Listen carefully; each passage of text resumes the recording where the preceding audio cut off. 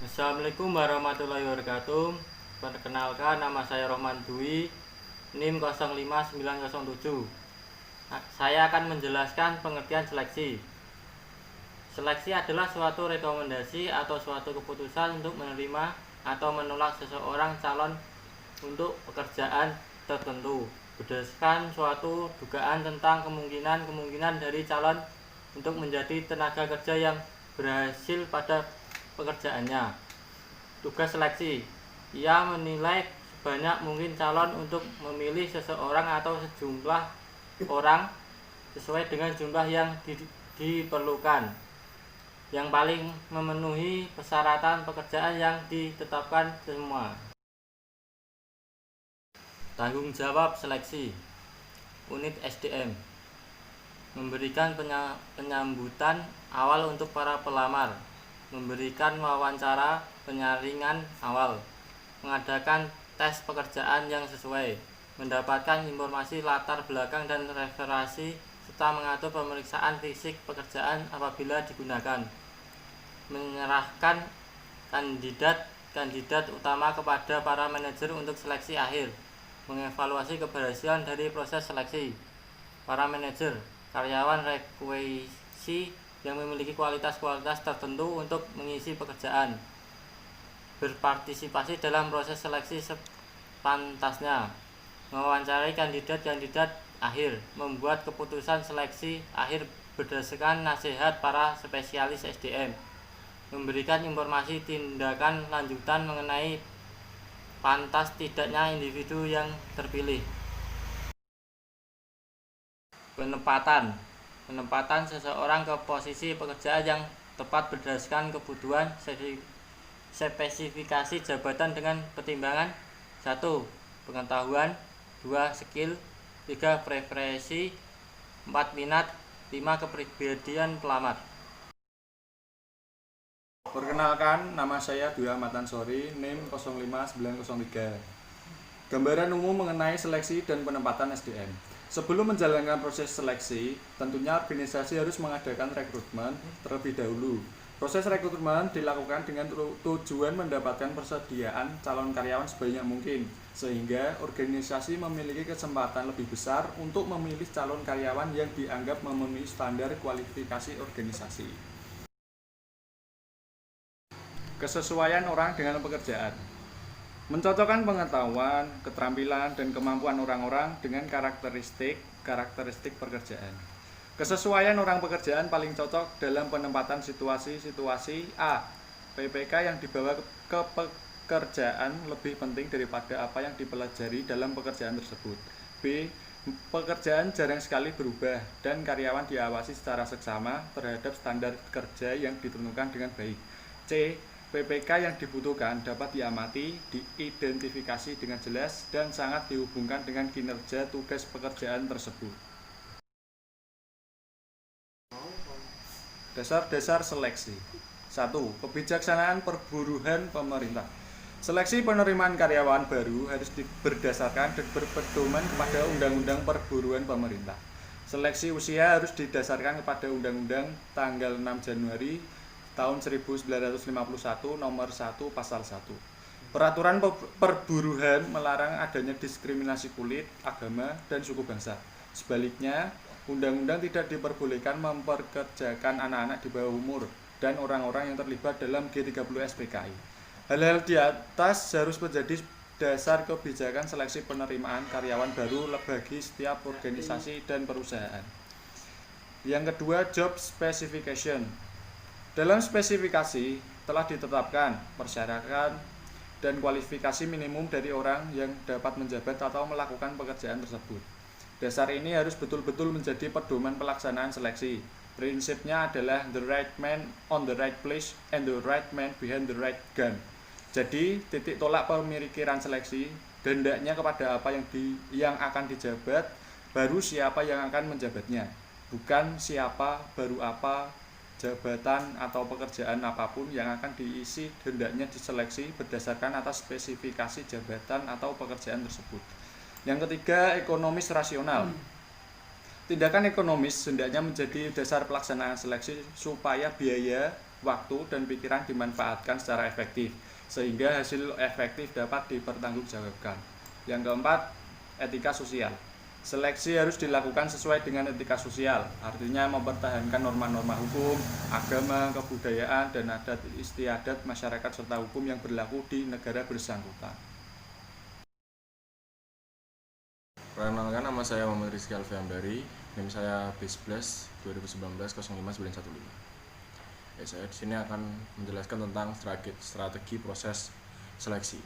Yang pertama, interpretasi profil, dan 2, statistik murni, 3, klinikal murni, 4, perkataan perilaku, behavior rating, 5, gabungan klinikal, 6, gabungan mekanikal.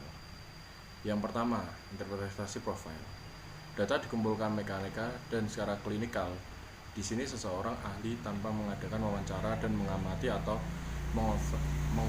mengobservasi calon, menafsirkan pola atau profil dari skor-skor yang diperoleh perangkat tes. Statistikal murni. Data dikumpulkan dan diolah secara mekanikal.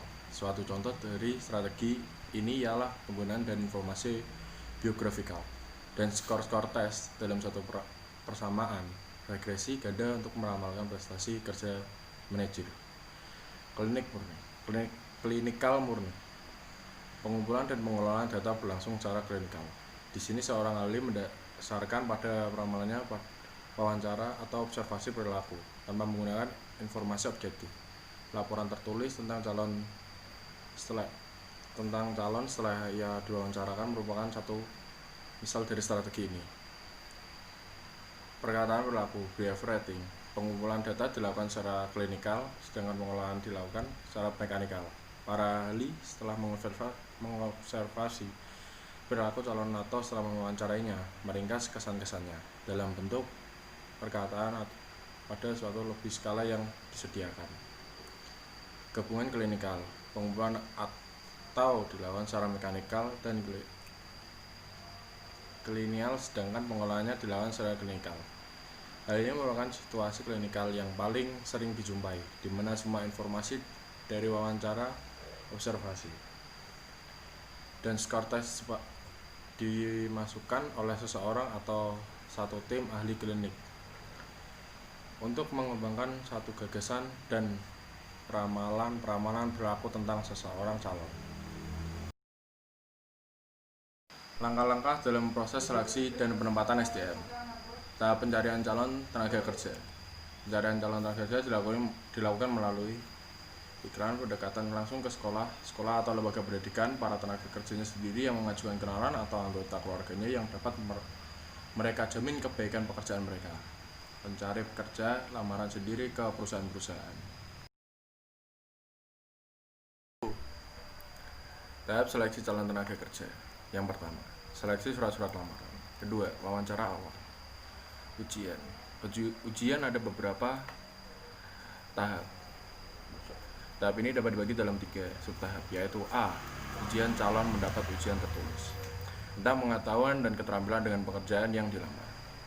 B. Psikotes. Calon dievaluasi secara psikologi yang meliputi pemberian tes psikologi secara kelompok atau klasikal dan secara perorangan dan wawancara. C. Wawancara. Calon diwawancarai oleh pemimpin unit kerja dan memerlukan tenaganya. Di sini calon diwawancarai oleh atasan dari jabatan yang akan ia duduki. Jika diterima, atasan dapat melihat sejauh mana pengetahuan dan keterampilan yang telah dimiliki calon. Penilaian akhir. Pada tahap ini hasil-hasil dari tahap sebelumnya dinilai secara keseluruhan untuk sampai diambil keputusan akhir calon, mana yang akan diterima dan mana yang akan ditolak. Para calon yang diterima kemudian diminta untuk dites kesehatan umumnya.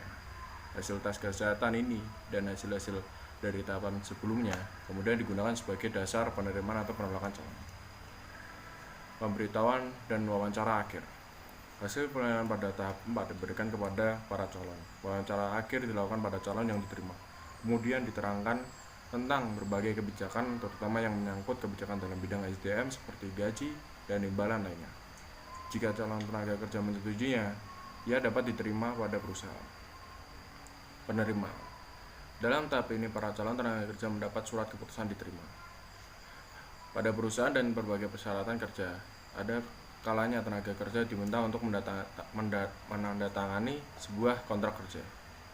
Sedangkan para karyawan baru yang telah selesai menjalankan program seleksi harus segera mendapat tempat pekerjaan yang sesuai dengan bakat dan keahliannya. Salah satu fungsi MSDM untuk mengurus hal ini adalah placement atau penempatan kerja karyawan. Penempatan karyawan berarti mengalokasikan para karyawan pada posisi kerja tertentu. Hal khusus terjadi pada karyawan baru. Kepada karyawan yang lama telah menduduki jabatan atau pekerjaan yang termasuk sasaran fungsi. Penempatan karyawan dalam arti mempertahankan pada posisinya atau memindah pada posisi yang lain. Perkenalkan, nama saya Aldi Mahendri, NIM B11 2019 05730. Di sini saya akan menjelaskan placement atau penempatan karyawan. Penempatan staffing terdiri dari dua cara. 1. Karyawan baru dari luar perusahaan, dan 2. Penugasan di tempat yang baru bagi karyawan lama yang disebut placement atau penempatan internal. Karyawan baru dari luar perusahaan. 2. Penugasan di tempat yang baru bagi karyawan lama yang disebut placement atau penempatan internal. Penempatan adalah penugasan atau penugasan kembali seorang karyawan kepada pekerjaan barunya. Keputusan penempatan lebih banyak dibuat oleh manajer lini, biasanya supervisor seorang karyawan, dengan berkonsultasi menentukan penempatan karyawan di masa datang. Peranan Departemen SDM adalah memberi nasihat kepada manajer lini tentang kebijakan perusahaan dan memberikan konseling kepada para karyawan. 3 jenis penempatan dan separasi. Terdapat 3 jenis penting dari penempatan, yaitu 1. Promosi. Promosi terjadi apabila seorang karyawan dipindahkan dari satu pekerjaan ke pekerjaan lain yang lebih tinggi dalam pembayaran. Yang kedua, transfer dan demosi. Transfer dan demosi adalah 2 kegiatan utama penempatan karyawan lainnya yang ada pada perusahaan. Contohnya, job posting program. Job posting program memberikan informasi kepada karyawan tentang pembukaan lowongan kerja dan persyaratannya. 3 hal yang mendasari keputusan penempatan bagi SDM. 1. Efektivitas. 2. Tuntutan hukum. Dan 3. Pencegahan separasi.